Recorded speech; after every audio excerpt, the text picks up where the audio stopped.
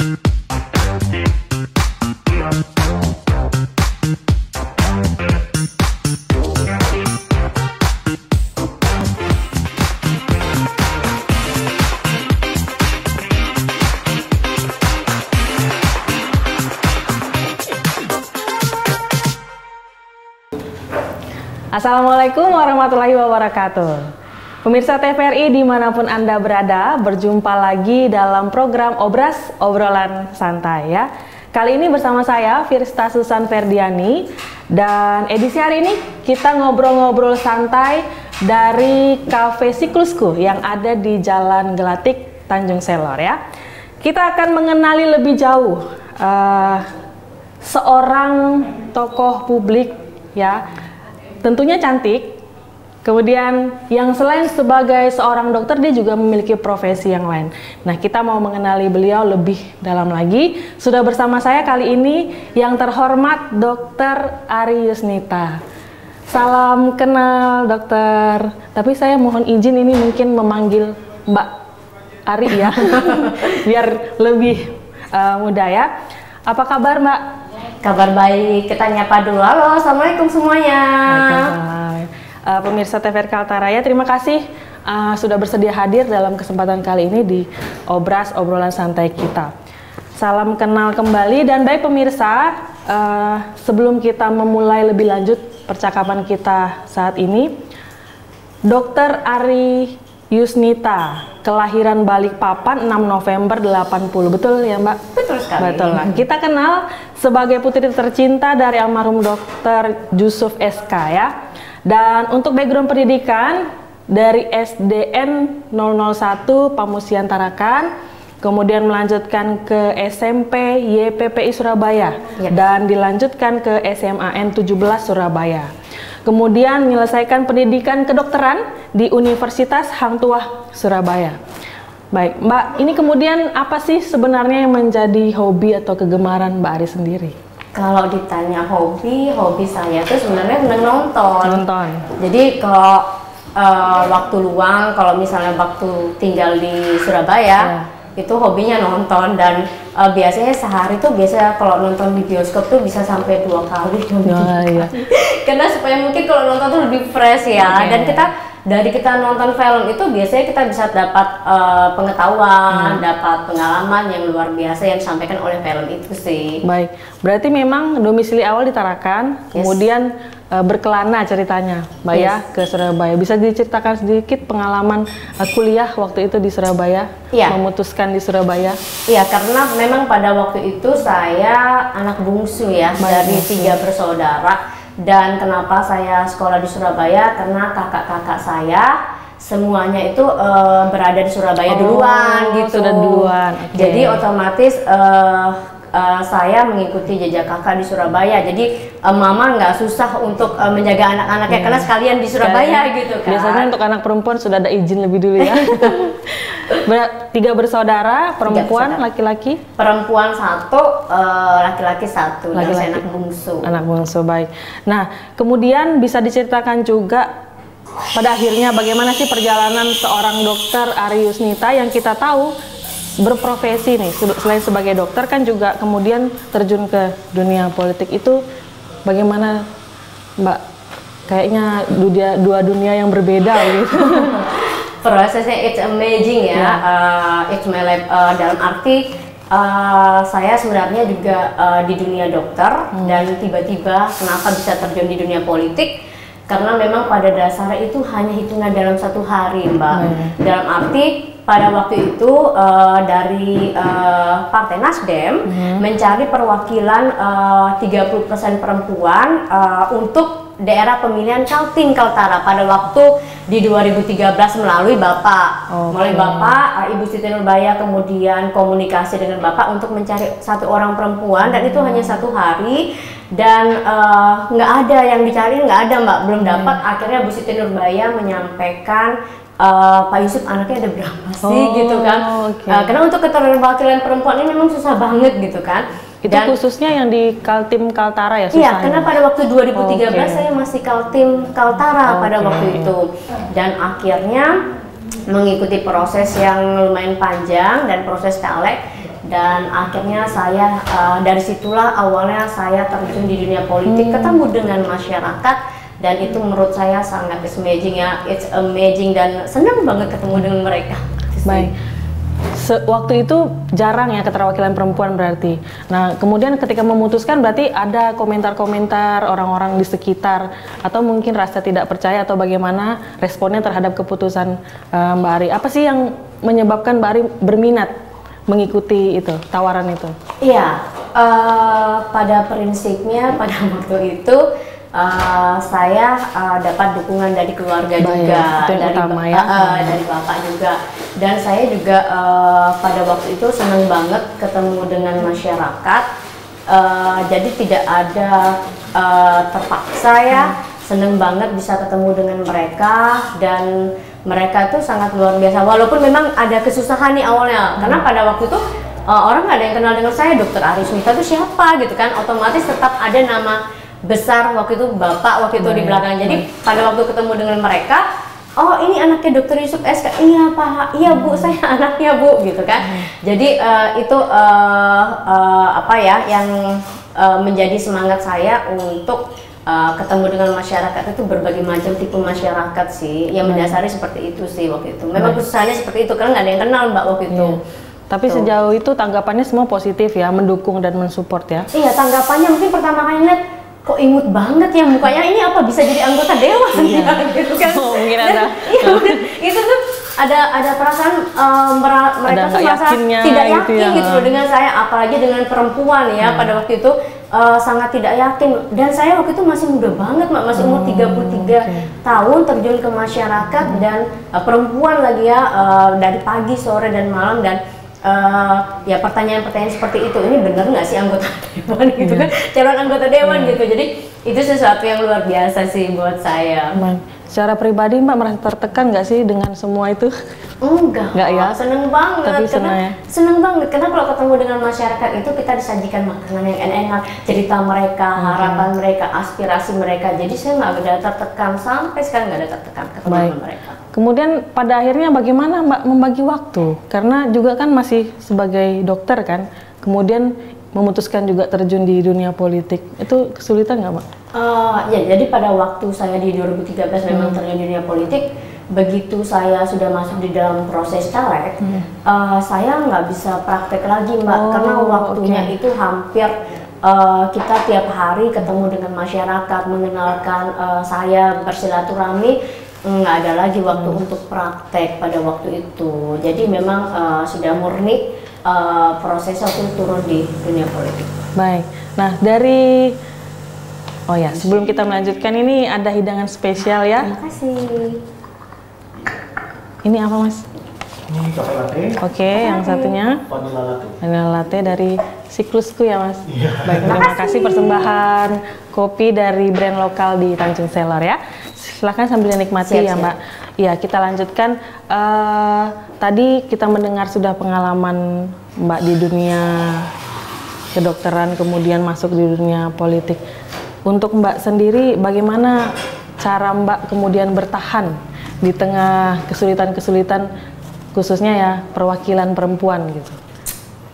Ya, karena memang sejauh ini memang keterwakilan perempuan masih kurang ya di dunia politik, bukan hanya di Kaltara saja, tapi di Indonesia juga masih kurang untuk mereka untuk terjun ke dunia politik. Mungkin saya berpikir itu kenapa mereka masih belum tertarik di dunia politik. Bayangkan bahwa pada waktu saya menjadi anggota DPR RI, dari 560 itu hanya 100 perempuannya, sisanya 460 itu semuanya adalah laki-laki pada waktu itu. Mungkin kendala kenapa perempuan masih kurang di dalam dunia politik, mungkin pertama karena masih belum ada rasa percaya diri, belum rasa berani, dan juga mungkin belum ada dukungan dari keluarga atau dari suami yang untuk mendorong ke dunia politik. Sebenarnya di dalam dunia politik itu kebijakannya cukup besar Mbak, cukup kita bisa berbuat yang banyak untuk masyarakat, itu besar banget manfaatnya kalau kita berada di dunia politik. Jadi saya berharap juga mungkin ayo perempuan-perempuan Kaltara harus maju, terutama juga mungkin di dalam bidang politik ataupun bidang-bidang yang mereka geluti ya, harus bisa menampilkan diri dan penuh keberanian untuk perempuan-perempuan yang ada di Kaltara sih, intinya seperti itu. Baik, ya itu seruan dari Dokter Ari ya untuk semua wanita, terutama yang ada di Kaltara. Ayo, ini menjelang juga ya. Silahkan mempersiapkan diri yang belum percaya diri, mungkin juga bisa belajar, berbagi ya, sharing dari Dokter Ari juga nanti datang secara khusus, berteman sebanyak-banyaknya dengan tokoh politik lain yang perempuan juga ya, Siap. Mbak ya. Kemudian ada sisi-sisi lain mungkin yang belum kita tahu juga dari Mbak Ari ini. Pengalaman apa sih yang paling berkesan? Karena baru juga di dunia politik waktu itu. Di dunia politik yang adalah seorang wanita, pengalaman apa yang paling diingat ketika itu? Kalau pengalaman saya selama saya berkesan di dunia politik, dari 2013 sampai sekarang di 2022 itu cukup banyak sekali pengalaman, apalagi pada waktu saya menjadi anggota DPR RI satu-satunya dari Kaltara, dan di antara 560 orang hanya satu nih Mbak pada waktu saya dulu mewakili tim Kaltara dan asli orang Kaltara. Bagaimana kita berjuang di parlemen, di DPR RI, menyampaikan aspirasi masyarakat Kaltara itu, kita rapat dengan kementerian, bagaimana kita berjuang, bagaimana kita mengikuti proses rapat. Kita nggak gampang loh Mbak, seorang perempuan itu kita rapat tuh dari jam 10 pagi sampai jam 3 malam untuk menyampaikan aspirasi, berjuang sampai program itu bisa dapat di Kaltara, dan itu sesuatu luar biasa yang diberikan kepercayaan oleh masyarakat Kaltara pada waktu itu kepada saya sih. Baik, berarti memang setelah menjabat di politik sudah tidak melakukan pengabdian di kedokteran lagi? Atau masih bisa disambil dan ada buka kalau bertemu dengan siapapun yang membutuhkan pertolongan, mungkin masih memberikan bantuan secara medis begitu? Iya, jadi pada waktu itu teman-teman saya biasanya yang di Senayan tuh tanya obat, apalagi anaknya gitu. Iya. Dan saya juga biasanya untuk supaya ilmu kedokteran ini tetap stay di otak saya nih. Jadi pada waktu saya datang ke Kaltara, biasanya saya pengobatan gratis untuk masyarakat. Jadi ilmunya tetap digunakan sih untuk mereka dan sangat bermanfaat untuk masyarakat. Baik dokter. Ini menarik ya perbincangan kita, tapi belum selesai pemirsa. Kita akan lanjutkan, tapi kita akan jeda sesaat. Jangan kemana-mana, tetap di Obras.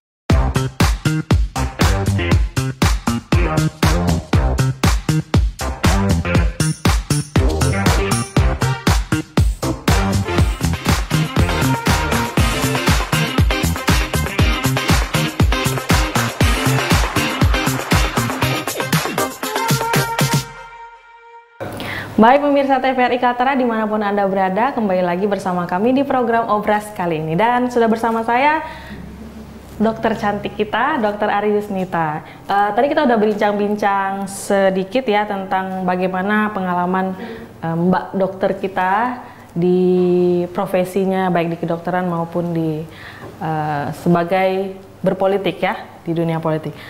Berikutnya, dari data yang saya terima nih Mbak, selain sebagai anggota DPR tadi sudah dijelaskan ya, DPR RI 2014 sampai 2019, Mbak Ari juga menjabat sebagai Dewan Pengawas nih ya di Rumah Sakit Dr. Haji Yusuf SK sejak 2021 hingga 2025 mendatang, betul ya? Boleh di-share Mbak selama berarti sudah setahun. Nah, kira-kira kemarin-kemarin apa saja yang sudah dilaksanakan oleh Mbak sebagai Dewan Pengawas di sana? Kenapa ada Dewan Pengawas begitu? Oke. Ya. Dewan Pengawas Rumah Sakit Dr. Yusuf SK itu ada 5. Oke, ada 5. Ada 5 dan saya sekali lagi satu-satunya perempuan lagi gitu. Satu-satunya ya. Dan baru pertama kali Dewan Pengawas Rumah Sakit ini perempuan gitu. Dan selama saya menjadi anggota Dewas di Rumah Sakit Dr. Haji Yusuf SK, kalau kita melihat namanya aja Rumah Sakit Dr. Yusuf SK, berarti ikonnya adalah Dr. Yusuf SK nih kan. Kita melihat beliau seperti apa membangun Kaltara, khususnya Kota Tarakan. Nah, mindset itu yang ada di pikiran saya bersama dengan teman-teman anggota Dewas yang lainnya, bagaimana Rumah Sakit Dr. Yusuf SK ini bisa maju baik dari segi pelayanan, infrastruktur, dan yang lainnya. Nah, kami berlima tentunya sering ya kita rapat dan juga berdiskusi bagaimana memajukan Rumah Sakit Dr. Yusuf SK. Nah, untuk teman-teman yang ada di sini semua yang menonton, di Rumah Sakit Dr. Yusuf SK ini sekarang sudah ada pelayanan kemoterapi, Mbak. Oke. Jadi kita berharap masyarakat itu tidak perlu jauh-jauh datang ke Samarinda, ke Surabaya atau Jakarta untuk pelayanan kemoterapi. Memang masih umum, tapi masih pengurus untuk supaya BPJS, jadi bisa untuk masyarakat umum. Itu yang pertama. Yang kedua, pelayanan di Rumah Sakit Dr. Haji Yusuf SK sekarang jauh lebih baik. Dari hari ke hari kita berharap supaya lebih baik dan lebih baik laginya. Seperti contoh, sekarang juga kita lagi kerjasama dengan Rumah Sakit Hakit. Harapan kita di Jakarta untuk adanya jantung ya, untuk operasi jantung seperti itu ya. Karena selama ini kan tidak ada untuk ruangan untuk cath lab, untuk operasi. Biasanya orang sakit jantung dirujuk lagi. Oke lah pakai BPJS, tapi kan biaya di sana selama mereka tinggal atau apa kan mahal. Tapi sekarang ini kita bekerja sama dengan Rumah Sakit Hakit untuk supaya ada cath lab di Tarakan. Jadi kalau ada orang sakit jantung itu bisa dilayani secepatnya seperti itu. Dan pelayanan rumah sakit juga kami sebagai Dewan Pengawas ada Pak Sekprop, kemudian ada Pak Denny, ada Kepala Dinas Kesehatan Provinsi, Pak Usman, ada Dokter Budi bersama dengan saya juga terus meningkatkan pelayanan dalam arti kalau misalnya ada masyarakat yang mengalami pelayanan kurang baik, biasanya mereka langsung ke media sosial saya, Mbak, di Instagram. Jadi teman-teman jangan khawatir kalau misalnya ada pelayanan yang kurang baik, share aja ke Instagram saya, Dr. Ari Yusnita. Nanti saya biasanya langsung melakukan pengecekan ke UGD di rumah sakit. Karena gini, Rumah Sakit Dr. Yusuf SK itu merupakan rumah sakit yang paling terbesar di seluruh Kaltara. Otomatis kalau misalnya ada yang sakit dari Malino yang tidak bisa diatasi di sana kan pasti melemparnya ke Rumah Sakit Dr. Yusuf SK. Jadi otomatis pelayanan kami tingkatkan untuk lebih baik lagi ke depan. Dan makanya saya bilang teman-teman sharing di Instagram saya seperti kemarin ada pelayan di UGD yang kurang memuaskan dari mereka, saya melakukan pengecekan untuk konfirmasi dan itu harus ditingkatkan terus-menerus, Mbak. Kritikan-kritikan itu penting untuk membangun sebuah rumah sakit yang lebih baik ke depan sih, intinya seperti itu. Oke, baik. Berarti Mbak Ari ini terbuka ya, media sosialnya terbuka untuk pemirsa TVRI Kaltara dimanapun Anda berada untuk bisa mungkin sekedar menyampaikan apa yang menjadi keluhan-keluhan khususnya ya dalam bidang Dewan Pengawas di sini di rumah sakit ya. Begitu yang mungkin boleh diperhatikan oleh pemirsa TVRI Kaltara dimanapun Anda berada. Berikutnya masih di bidang kedokteran nih, Mbak. Kemarin waktu kita flashback sedikit waktu berkuliah ya di Surabaya, Mbak pernah membayangkan akan berkecimpung di dunia dari kedokteran kemudian ke dunia politik gitu? Nggak pernah ya. Jadi selama di kedokteran kan selalu fokus di situ. Cita-cita Mbak dulu waktu di dunia kedokteran berarti membangun rumah sakit kah atau bagaimana kah atau mengabdi kah? Jadi saya tuh juga masuk di dunia dokter itu, Mbak. Nggak ada dorongan dari orang tua untuk menjadikan anak itu seperti apa tuh nggak ada gitu kan. Dan saya sebenarnya cita-cita saya sebenarnya pengen jadi desainer baju. Oh malah. Terus abis itu karena ditarakan kita terbatas ya. Kemudian akhirnya cita-cita itu pupus waktu masih SD. Kemudian pengen ke psikolog sebenarnya. Dan ternyata waktu di psikolog juga saya tes itu nggak keterima.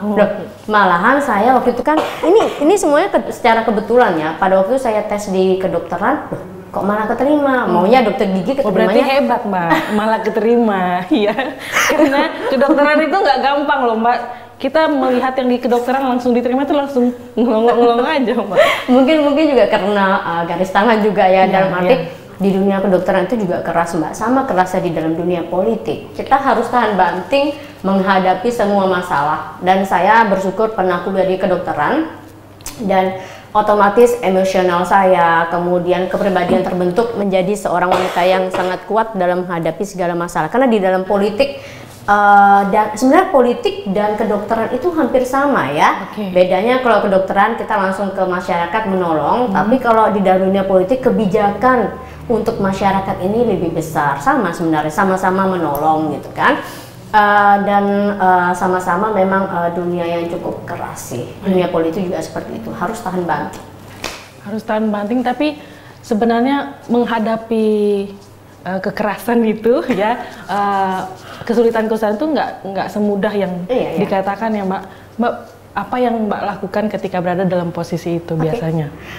Yang saya lakukan adalah waktu itu Bapak sangat mensupport saya. Jadi kalau saya nangis, biasanya Bapak bilang strong, you can do it gitu.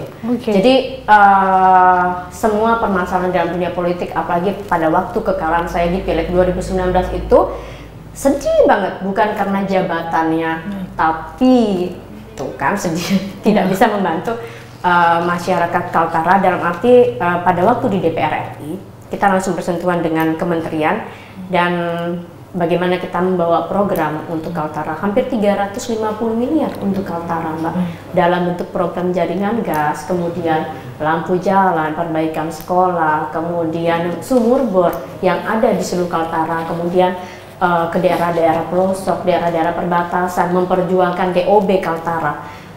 Itu sesuatu yang pengalaman dan amanah yang diberikan kepada saya sebagai wakil rakyat pada waktu itu.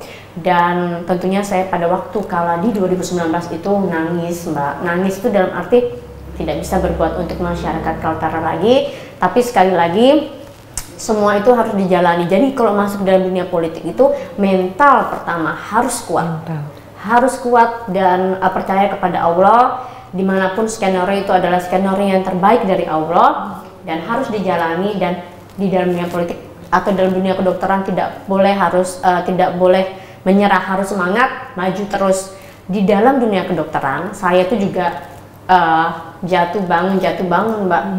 Kuliah ndak lulus, naik turun itu juga menguji mental ya, dan saya termasuk orang yang maksudnya tuh juga bukan orang-orang yang pinter gitu, tapi setidaknya gimana saya harus lulus jadi dokter, intinya seperti itu. Nah, di dalam dunia politik itu juga suatu saat saya berharap saya bisa berjuang lagi untuk masyarakat Kaltara, untuk supaya bisa membantu, karena harapan saya banyak sekali untuk masyarakat, terutama DOB, daerah otonomi baru yang harus dimekarkan untuk memajukan Kalimantan Utara itu dengan DOB. Nah, saya berharap pemerintah Provinsi Kaltara, Pak Gubernur dan semua yang memegang jabatan penting itu bisa berjuang bersama dengan tokoh masyarakat untuk Kaltara bagaimana bisa dimekarkan sih, intinya seperti itu.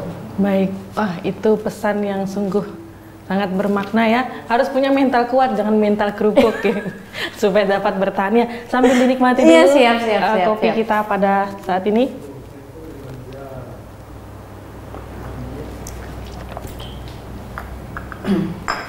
Kita masih berbincang-bincang bersama Mbak Ari ya, saya memanggilnya itu terdengar lebih dekat.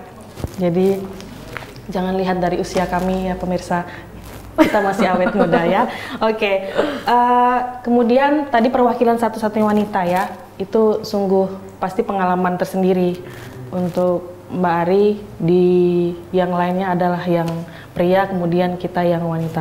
Kemudian bagaimana pada akhirnya Mbak boleh men-sharekan, mungkin ada wanita-wanita lain di luar sana yang punya kerinduan, keinginan untuk melakukan hal yang sama, tapi mungkin mereka masih ragu-ragu. Mungkin bisa disampaikan nasihat apa yang bisa dibagi? Oke, mungkin untuk perempuan-perempuan Kaltara, wanita-wanita Kaltara yang hebat-hebat, kalau misalnya mau sharing atau mau ketemu dengan saya, mungkin nanti kita bisa bikin diskusi untuk berbagi pengalaman, bagaimana kita di dalam dunia apapun ya, apalagi dalam dunia politik, boleh nanti ketemu dengan saya. Dan untuk pesan saya kepada perempuan yang ada di Kaltara, di dalam dunia politik itu jangan takut gitu kan, karena kita ini di dalam dunia politik kita bisa berbuat banyak untuk orang, dan kita tentunya selain itu tuh sesuatu yang apa ya, yang tidak bisa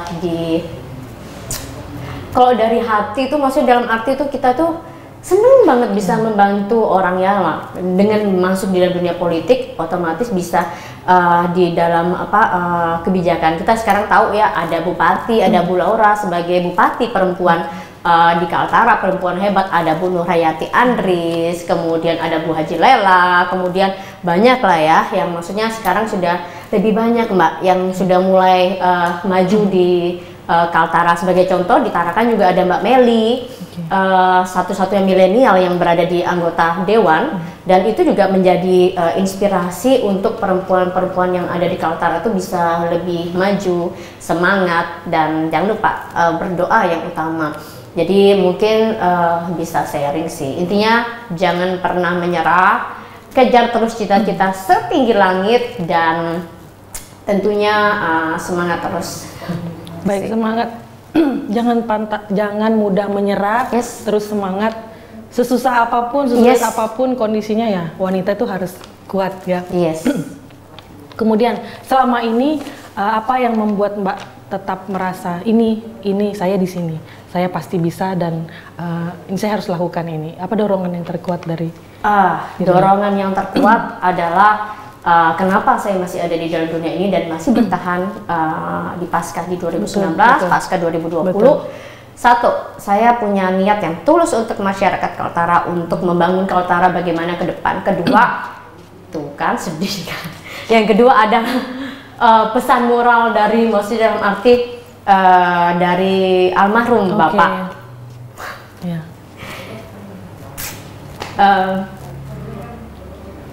Orang tua kita bersama. Untuk